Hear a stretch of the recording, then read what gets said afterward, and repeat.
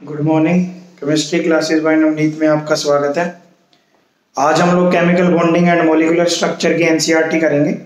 जैसे कि मैं आपको शो करना चाहूँगा, बुक है हमारे पास एनसीईआरटी। तो हम लोग इसकी बैक एक्सरसाइज से शुरुआत करेंगे। पहले बैक एक्सरसाइज में जितने भी क्वेश्चन है, हर एक क्वेश्चन को मैं डिटेल में आपके साथ डिस्कस कर रहा हूँ।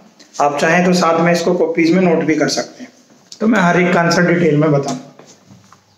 तो जैसे कि अगर हम लोग बैक एक्सरसाइज में देख पा रहे हैं यहाँ पे, तो यहाँ पे हमारे पास फर्स्ट क्वेश्चन आता है कि explain the formation of a chemical bond. तो सबसे पहले बच्चों हमें ये पता होना चाहिए कि केमिकल बॉन्ड है क्या, फिर हम लोग उसकी फॉर्मेशन को एक्सप्लेन करते हैं। एक्चुअल में क्वेश्चन नहीं है, ये एक पूरा टॉपिक है। तो chemical bond is a force which hold atoms together within a molecule. तो जो केमिकल बॉन्ड होता है वो एक फोर्स होती है जो एटम्स को एक मॉलिक्यूल के अंदर इकट्ठा रखती है। हमें अब ये पता होना चाहिए कि हमें उनको इकट्ठा रखने की जरूरत क्यों है। तो होता क्या है, हमारे पास दुनिया में हर एक जो चीज है वो स्टेबिलिटी की तरफ जाना चाहती है। ऐसे ही जो हर एक एटम है वो भी स्टेबल होना चाहता है, और स्टेबल होने के लिए दो चीजें होती हैं, या तो उनका डुप्लेट कंप्लीट होना चाहिए या फिर उनका ऑक्टेट कंप्लीट होना चाहिए। तो जो केमिस्ट्री में पहले 4 एलिमेंट्स हैं, पहले 4 एलिमेंट्स कौन से? हाइड्रोजन, हीलियम, लिथियम, बेरिलियम, वो डुप्लेट कंप्लीट करते हैं। और बाकी जितने हमारे पास 114 एलिमेंट्स बचे वो ऑक्टेट कंप्लीट करते हैं। अब क्वेश्चन अराइज होता है कि how do they complete their duplet और ऑक्टेट। तो यहाँ पे आपको दो पॉसिबिलिटी कराई जाती है। पहली पॉसिबिलिटी होती है बाय शेयरिंग, कि वो आपस में इलेक्ट्रॉन्स शेयर करें।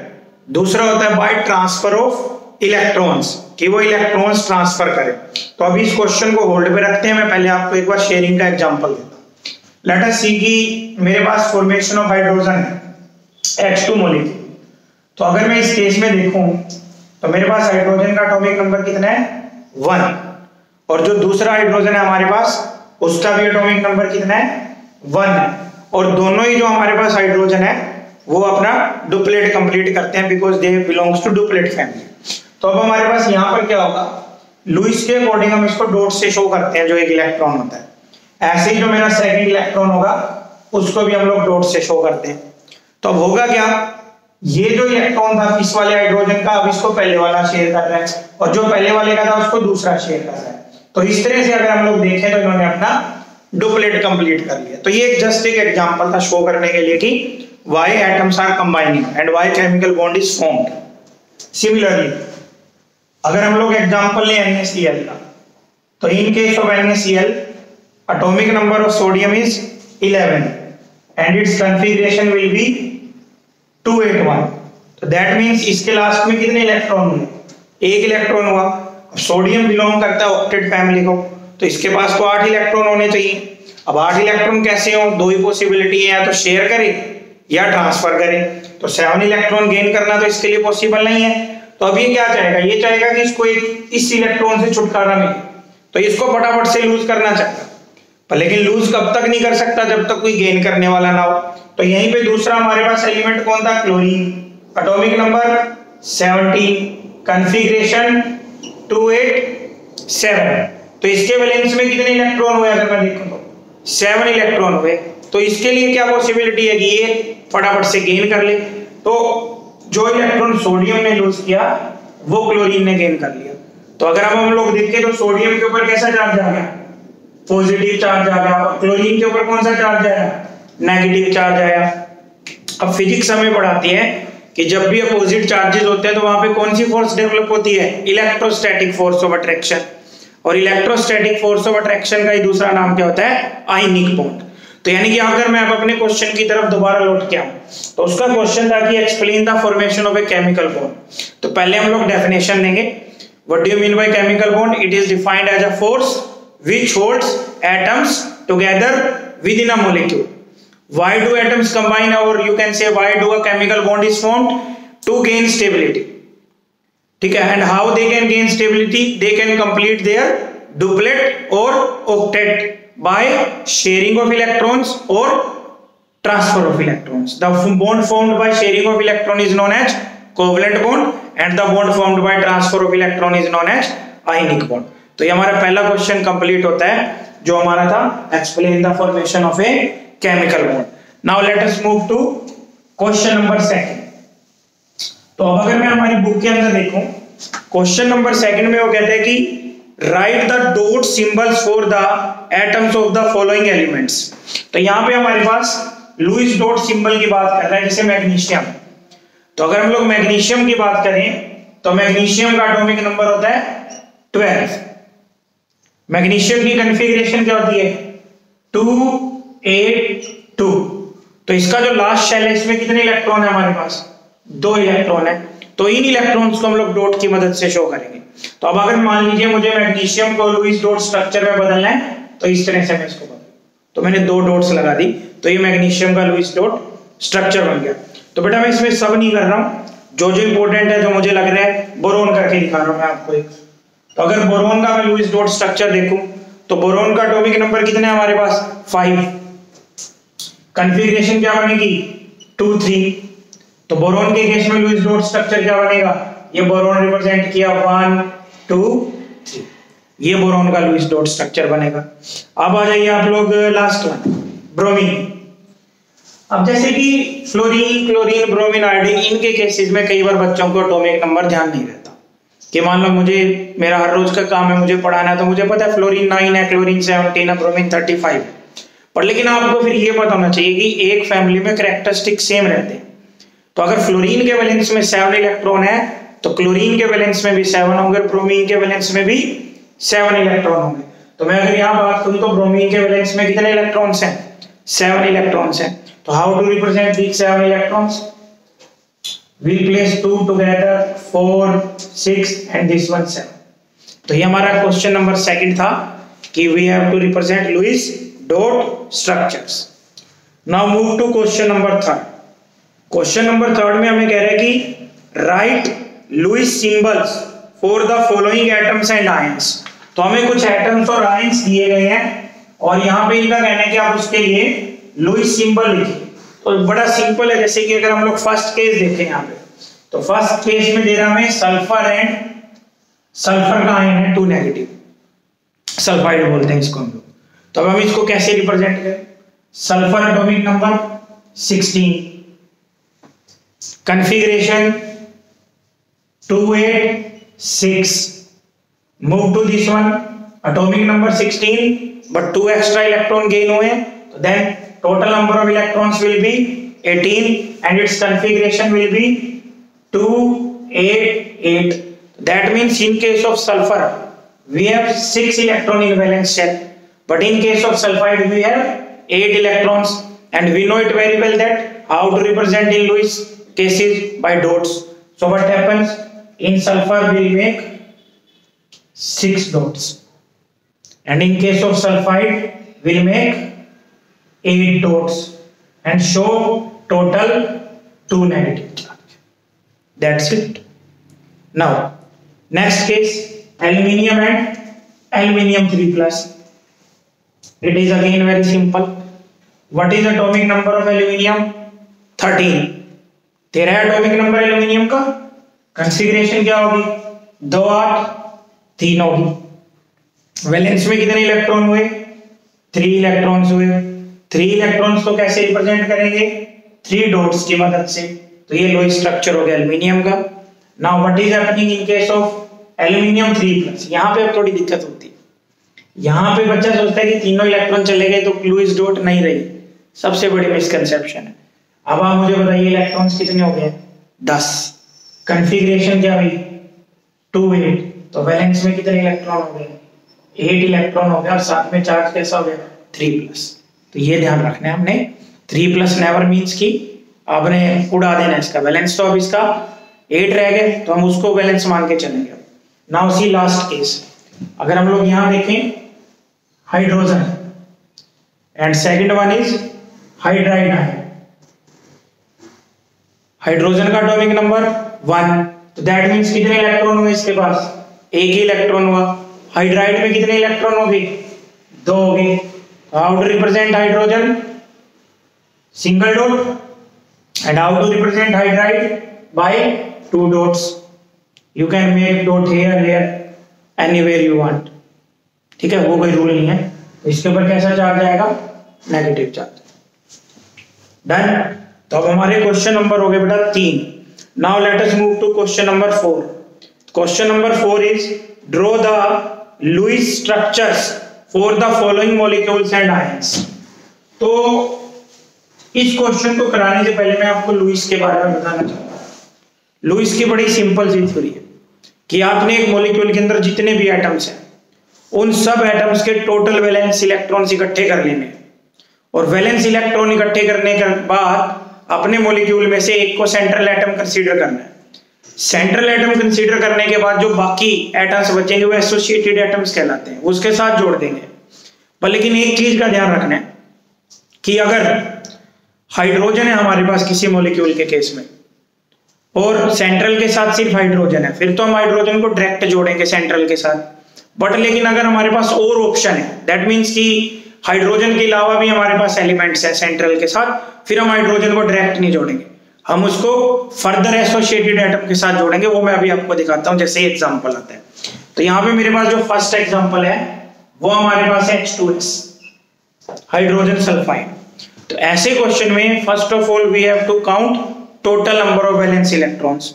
तो in case of hydrogen we have only single valence electron, but we have 2 hydrogen, so total number of valence electron will be 2. And as we have already done in case of sulfur, atomic number is 16, configuration will be 286. So that means total number of valence electrons will be 6. How many number of valence electrons we have in this compound? You can say 8. 8 electron है हमारे पास। अब हमने क्या करना है, हमारा पहला step complete हो गया। पहले स्टेप में हमें टोटल इलेक्ट्रॉन्स काउंट करने थे वैलेंस के, तो वैलेंस के 8 इलेक्ट्रॉन हुए तो मैंने लिख दिए। इसके बाद एक को हम सेंट्रल एटम बनाएंगे, वो गट फीलिंग से पता लगता है, अंतरात्मा की आवाज से, और वो सबकी आत्मा आवाज देगी। तो यहाँ पे कौन है, सल्फर।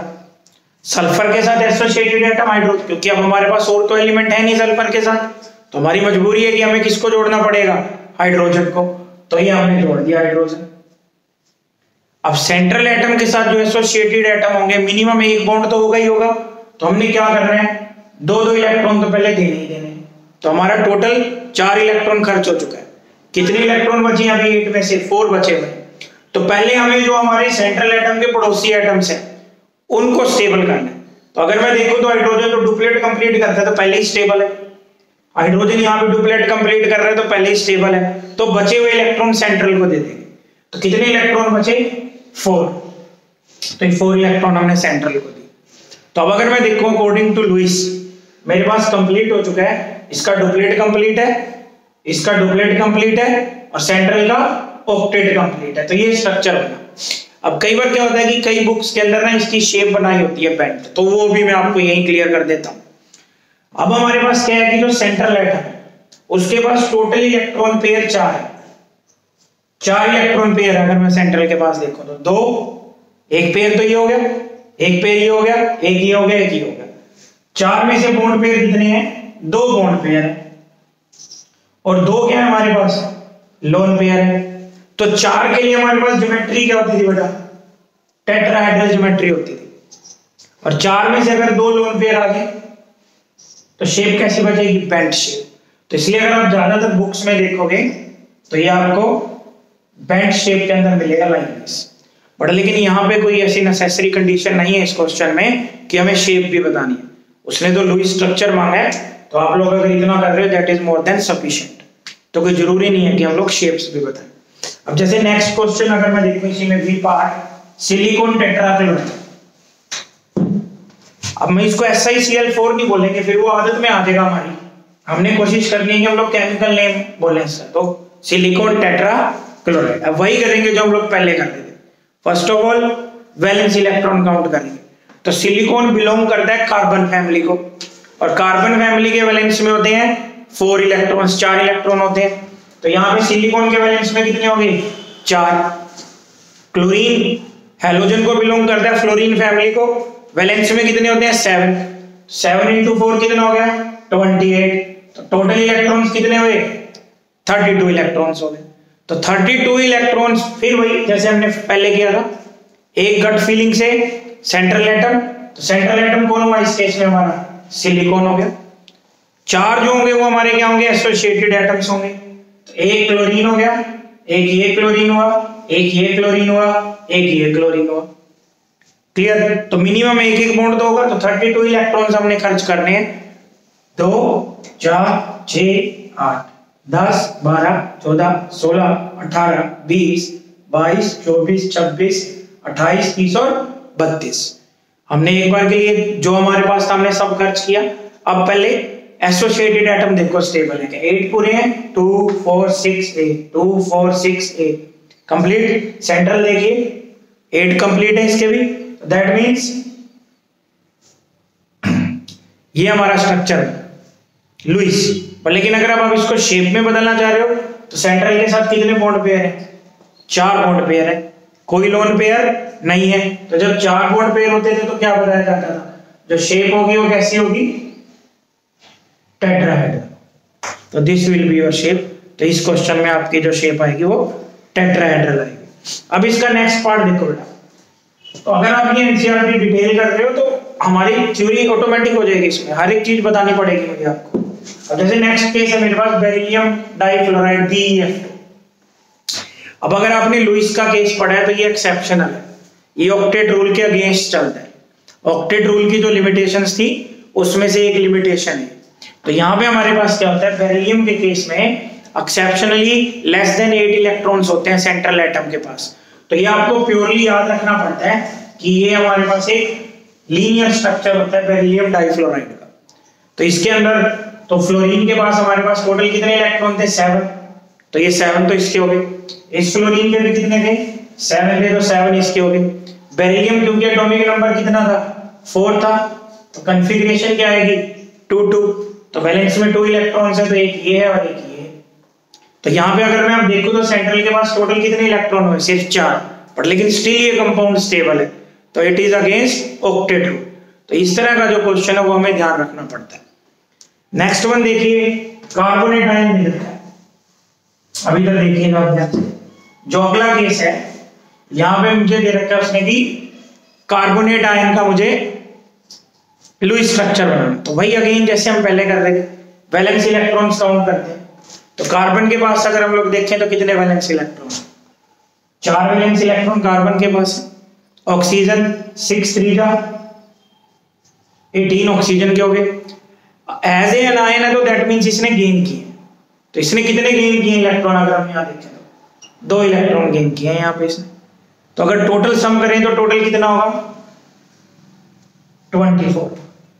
तो यानी कि अब मेरे हाथ में 24 इलेक्ट्रॉन है और मुझे एक लुईस स्ट्रक्चर बनाना है जो ऑक्टेट और डुप्लेट रूल को फॉलो करता हो। तो व्हाट टू डू? अब हमारे पास यहां पर सेंट्रल एटम कौन होगा? कार्बन। कार्बन होने के बाद 3 ऑक्सीजन है, तो अभी मैं इसको शेप नहीं दे रहा, अभी मैं नॉर्मल बना रहा हूं। वैसे हमें पता है कि यहाँ ट्राइगोनल शेप हो, लेकिन चाहो तो आप ऐसे बना सकते हो। तो 2 4 6 के बाद मैंने कहा था पहले जो एसोसिएटेड एटम है उनके पूरे टर्म 8 10 12 14 16 18 20 22 24। अब हमारे सारे इलेक्ट्रॉन खर्च हो चुके हैं। हमारे पड़ोसी स्टेबल है, 8 इसके पास है, 8 इसके पास है, 8 इसके पास है, पर हमारा अपना घर स्टेबल नहीं है क्योंकि हमारे पास कितने इलेक्ट्रॉन्स है? अभी 6 इलेक्ट्रॉन्स हैं। होने कितने चाहिए? 8। तो 2 की कमी है, तो हम लोग एक जो लोन पेयर था पड़ोसी का उसको शेड पेयर बनाए, तो ये स्ट्रक्चर बनेगा हमारे पास। तेरी कमी थी, तो ये बन गया हमारे पास स्ट्रक्चर। क्लियर सबको? अब अगर मैं यहां देखूं ध्यान से, अगर ऑक्सीजन ने कभी 2 बॉन्ड बना रखे हैं तो उसके ऊपर कोई चार्ज नहीं होता। आपको फॉर्मल चार्ज निकालना सिखाया जाता है, तो अभी मैं नहीं सिखा रहा, अभी सिर्फ याद करने के लिए बता रहा हूं कि अगर ऑक्सीजन ने 2 बॉन्ड बनाए तो उसके ऊपर कोई चार्ज नहीं होता। अगर ऑक्सीजन ने 1 बॉन्ड बनाया तो -1 चार्ज होता है उसके ऊपर। तो यहाँ पे -1 इसके ऊपर रहा होगा, -1 इसके ऊपर रहा होगा। अगर 3 बनाए हैं तो +1 होता है। तो आपने ध्यान रखना है, फिर बता रहा हूँ, 2 बॉन्ड है कोई चार्ज नहीं है, 1 बॉन्ड है -1 है, 3 बॉन्ड है तो +1। तो ऐसे केस में क्योंकि उसने हमसे फॉर्मल चार्ज नहीं पूछा तो आप जस्ट इसको ऐसे रिप्रेजेंट। तो ये हमारे कार्बोनेट का स्ट्रक्चर हो गया। क्लियर सबको यहाँ तक? Now move to next one. इसी में अब मुझे फॉर्मिक एसिड दे रखा है। ये फॉर्मिक एसिड। तो बेटे ऑर्गेनिक के केस में सबसे अच्छा रहता है कि पहले स्ट्रक्चर बना लो फिर डॉट्स लगाओ, क्योंकि इसमें वो पॉसिबल नहीं है कि मान लीजिए मैं पहले सेंट्रल सेलेक्ट करूं फिर मैं इसको, वो गलत बनेगा हमेशा। तो इसके लिए मैं आपको बेस्ट ट्रिक दे रहा हूं। आप सबको पता है कि carboxylic acid is represented like this. तो कार्बोक्सिलिक को हम लोग ऐसे रिप्रेजेंट करते हैं, ये कार्बोक्सिलिक एसिड होगा मेरा। अब आपने क्या करना है, यहाँ पे ये स्टेबल होगा। अब वैलेंसी पूरी कर दो, जो बॉन्ड है उसको बॉन्ड दिखा दो, जितने की कमी है उतने लोन पेयर मीन टू से। यहाँ इसमें 2 है तो ये 2 दिखा दो, यहाँ पे 2 दिखा दो। तो पहले मैंने सारे के सारे जो बॉन्ड थे उनका बॉन्ड पेयर शो कर। अब ऑक्सीजन पे आओ, ऑक्सीजन ऑक्टेट कंप्लीट करते हैं। अभी कितने इलेक्ट्रॉन आए हैं, 4 इलेक्ट्रॉन आए हैं, तो एक लोन पेयर यहाँ पे, एक डन। ऊपर वाले ऑक्सीजन पे आओ, कितने इलेक्ट्रॉन्स हैं टोटल 4, कितने की कमी है 4 की कमी है, तो एक लोन पेयर यहाँ पे, एक। तो ये इसका लुईस स्ट्रक्चर बन गया। तो इसमें हमें टीचर को बताने की जरूरत नहीं है कि हमने कैसे बनाया। तो ऑर्गेनिक का हम लोग हमेशा ऐसे ही बनाएंगे, पहले स्ट्रक्चर बनाएंगे फिर डॉट्स लगाएंगे। क्लियर। तो ये क्वेश्चन नंबर था 4th। अब आइए नेक्स्ट क्वेश्चन की तरफ। कह रहे कि question number 5, define octet rule, right it significance and limitations. तो ये मैंने आपको आधा तो पहले क्वेश्चन में ही बताया था, फिर भी मैं दोबारा बता दे रहा हूं। ऑक्टेट रूल का कहना था कि atoms combine to gain stability. जो एटम्स होंगे वो क्या करते हैं, स्टेबल होने के लिए कंबाइन करते हैं। एंड इन ऑर्डर दैट, उसके कंबाइन होने की उस प्रोसेस के दौरान, they must have 8 electrons in their valence shell, कि उनके वैलेंस शेल में 8 इलेक्ट्रॉन होने चाहिए। तो जिनके वैलेंस में 8 इलेक्ट्रॉन्स हैं वो स्टेबल है। और मैंने कहा था कि इसमें हमारे पास एक यू कैन से लिमिटेशन भी है कि पहले जो 4 एलिमेंट है वो क्या कंप्लीट करते हैं, डुप्लेट कंप्लीट करते हैं, hydrogen, helium, lithium and beryllium. तो अगर दोबारा से हम लोग देखें डिफाइन ऑक्टेट रूल, तो according to this rule all those atoms or you can say elements which have 8 electrons in their outermost shell, they are stable, कि वो स्टेबल होंगे। क्लियर। फर्दर ये कह रहे हैं कि right it significance and limitations. इसकी सिग्निफिकेंस तो ये है कि इस रूल की मदद से हम लोग बॉन्ड फॉर्मेशन एक्सप्लेन कर सकते हैं कि why different atoms are combining. तो हम लोग सिंपली बोल सकते हैं कि they are combining to complete their octet, कि वो अपना ऑक्टेट कंप्लीट करने के लिए कंबाइन हो रहे हैं। और कैसे करते हैं वो मैंने आपको पहले बताया, by sharing and by transfer of electrons. Now what are limitations. तो लिमिटेशंस मैंने आपको अभी बताई थी कि ये रूल की जो पहली लिमिटेशन है वो तो डपलेटी है, क्योंकि इस रूल को अगर हम लोग एक्चुअली देखें तो इसका तो कहना है कि वैलेंस शेल में 8 इलेक्ट्रॉन्स होने चाहिए।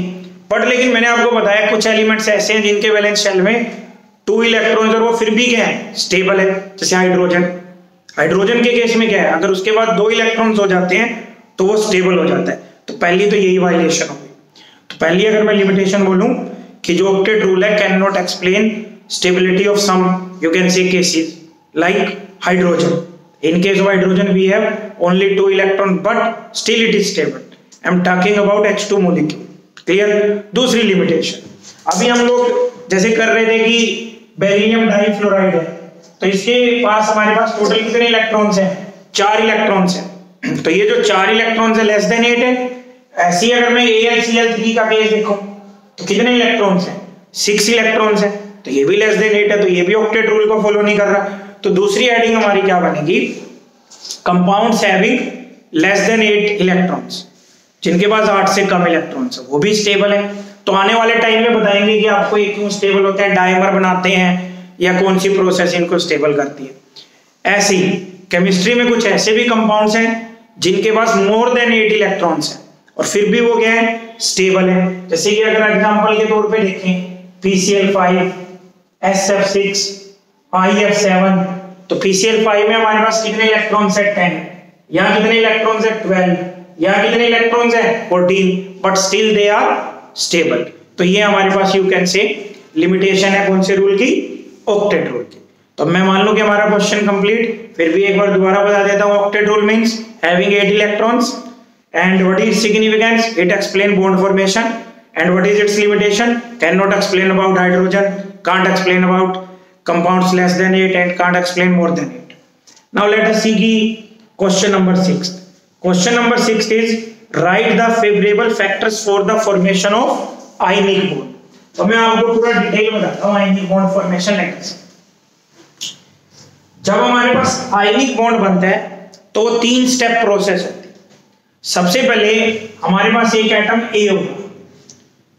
ये जो एटम A होगा ये गैसियस स्टेट के अंदर प्रेजेंट होगा। कौन सी स्टेट में होना चाहिए? गैसियस स्टेट में, क्योंकि सॉलिड स्टेट में कोई भी एटम इलेक्ट्रॉन लूज नहीं करता। तो ये हमारा स्टेप नंबर 1 रहेगा। इस स्टेप में जो एटम A है वो अपने इलेक्ट्रॉन लूज करेगा। तो लेट अस सपोज कि हमारा एटम एक ही इलेक्ट्रॉन लूज कर, तो इसने अपना एटम लूज किया और ये कैटायन में कन्वर्ट होगा और इस प्रोसेस के दौरान ये इलेक्ट्रॉन रिलीज हुआ। अब आप सबको पता है कि किसी भी गैसियस एटम के आउटर मोस्ट शेल से इलेक्ट्रॉन निकालने के लिए जो मिनिमम एनर्जी देनी पड़ती है, that minimum energy is known as ionization energy. उसको हम लोग कौन सी एनर्जी बोलते हैं? आयनाइजेशन।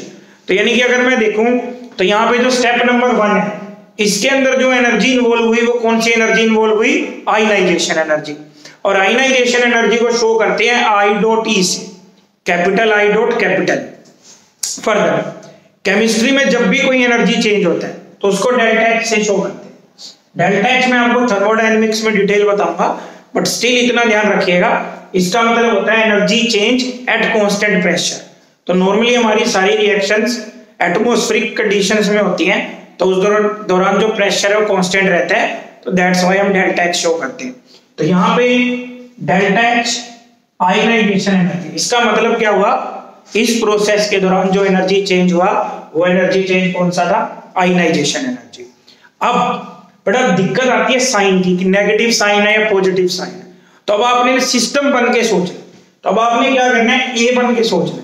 तो लेट कर लो कि आप ए थे और आपसे इलेक्ट्रॉन निकालने, तो अगर मुझसे इलेक्ट्रॉन निकालने, लेट करो मैं ही हूं, तो मेरे पास न्यूक्लियस है, न्यूक्लियस पे कैसा चार्ज है? पॉजिटिव, और मेरे इलेक्ट्रॉन के ऊपर होल्ड भी है।